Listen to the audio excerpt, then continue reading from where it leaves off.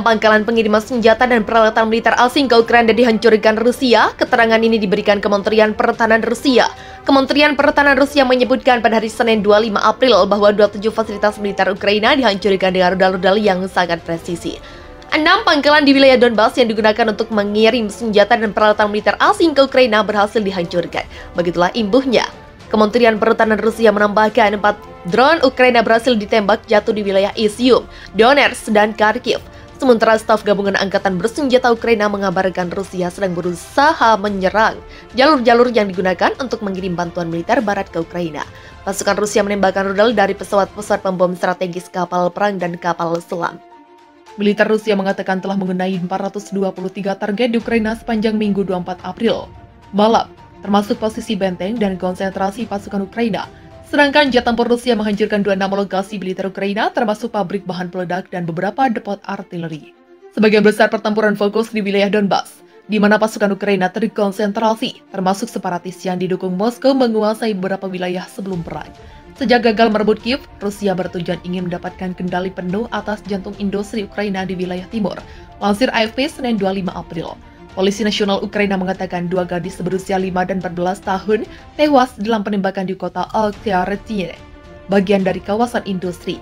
Pasukan Rusia meluncurkan serangan udara baru di pabrik baja Mariupol, di mana sekitar 1.000 warga sipil berlindung bersama dengan sekitar 2.000 pejuang Ukraina. Pabrik baja Azovstal, tempat para pembela bersembunyi, adalah sudut terakhir perlawanan di kota yang telah diduduki Rusia. Pejabat Ukraina telah berulang kali menekankan perlunya mengevakuasi warga sipil Mariupol, termasuk dari pabrik baja. Mariupol telah menyaksikan pertempuran sengit sejak dimulainya perang karena lokasinya di Laut Azov. Ukraina bakal kehilangan pelabuhan vital, membebaskan pasukan Rusia untuk berperang di tempat lain, sehingga memungkinkan Moskow untuk membangun koridor darat ke semenanjung Crimea yang direbutnya dari Ukraina pada tahun 2014. Mikhailo Podolyak, penasihat presiden lainnya, mentweet militer Rusia menyerang pabrik dengan bom berat dan artileri sambil mengumpulkan pasukan dan peralatan untuk serangan langsung. Selama pidato Sabtu 23 April, Zelensky menuduh Rusia melakukan kejahatan perang dengan membunuh warga sipil, serta mendirikan kamp-kamp penyaringan di dekat Mariupol bagi mereka yang mencoba meninggalkan kota. Dia mengatakan orang-orang Ukraina, banyak dari mereka anak-anak, dikirim ke daerah-daerah di bawah pendudukan Rusia atau ke Rusia sendiri, seringkali sampai di Siberia atau Timur Jauh. Klaim tidak dapat diverifikasi secara independen, tapi itu diulang oleh anggota parlemen Ukraina Yevgenia Kravko di T-Sweep, ABC. Mereka telah menarik orang-orang ini dari Mariupol. Mereka dimasukkan ke kamp penyaringan itu semacam sesuatu yang tidak mungkin terjadi di abad ke-21, kata Kravchuk. Permintaan Ukraina untuk senjata berat telah meningkat sejak Rusia mengalihkan ofensifnya ke wilayah timur Donbas. Daerah itu dianggap lebih cocok untuk pertempuran tank daripada daerah di sekitar ibu kota Kiev, di mana sebagian besar pertempuran sebelumnya terjadi. Pada hari Selasa, Jerman mengumumkan bahwa mereka akan memasuk senjata ke Ukraina untuk pertama kalinya sejak awal perang. Tetapi tank pilihan kanselir Jerman Olaf Scholz mungkin terbukti tidak berguna bagi tentara Ukraina. Melansir Express.co.uk Rabu 27 April, Menteri Pertahanan Jerman Christine Lambert mengatakan pemerintah telah menyetujui pengiriman tank Gepard yang dilengkapi dengan senjata anti pesawat dari stok perusahaan KMW pada hari Senin.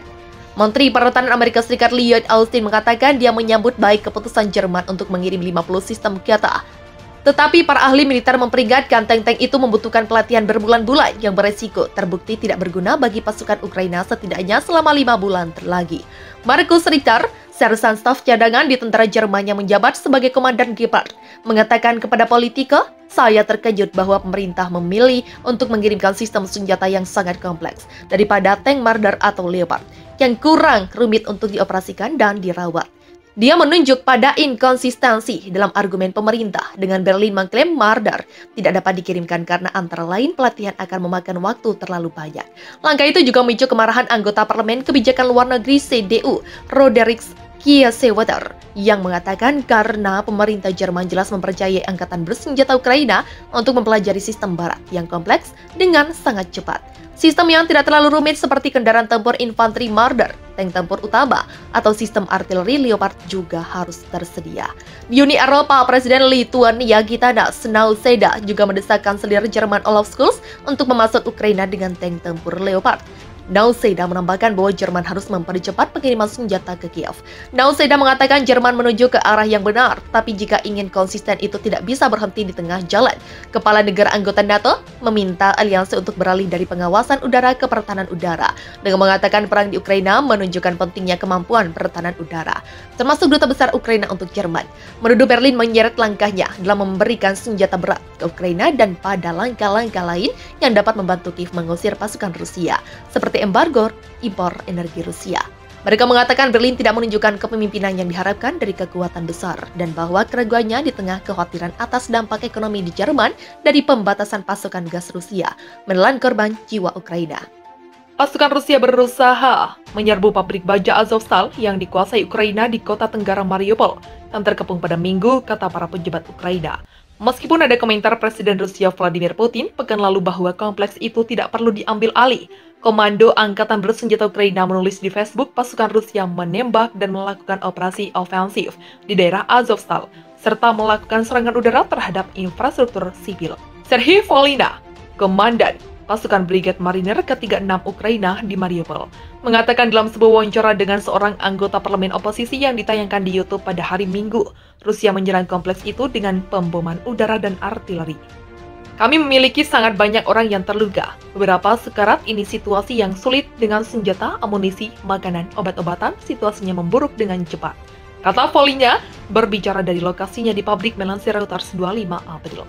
Sementara itu, Konstantin Ivasenko, pejabat yang ditunjuk sebagai wali kota Mariupol oleh Rusia, tetapi tidak diakui oleh Ukraina, membantah adanya pertempuran yang terjadi di kota itu, dalam komentar yang dilaporkan oleh outlet berita Rusia TASS pada hari Minggu. Reuters tidak dapat memverifikasi informasi Ukraina atau Rusia secara independen. Pabrik baja Azovstal adalah benteng utama Ukraina yang tersisa di Mariupol, sebuah kota yang telah mengalami pemboman berkelanjutan sejak dimulainya invasi Rusia pada 24 Februari. Sebelumnya pada hari Minggu, penasihat Presiden Ukraina Oleksiy Arestovych menulis di Facebook, pasukan Rusia berusaha untuk menghabisi para pembela Azovstal dan lebih dari 1.000 warga sipil yang bersembunyi di pabrik. Rusia membantah menargetkan warga sipil dalam apa yang disebutnya operasi militer khusus untuk demilitarisasi dan denazifikasi Ukraina.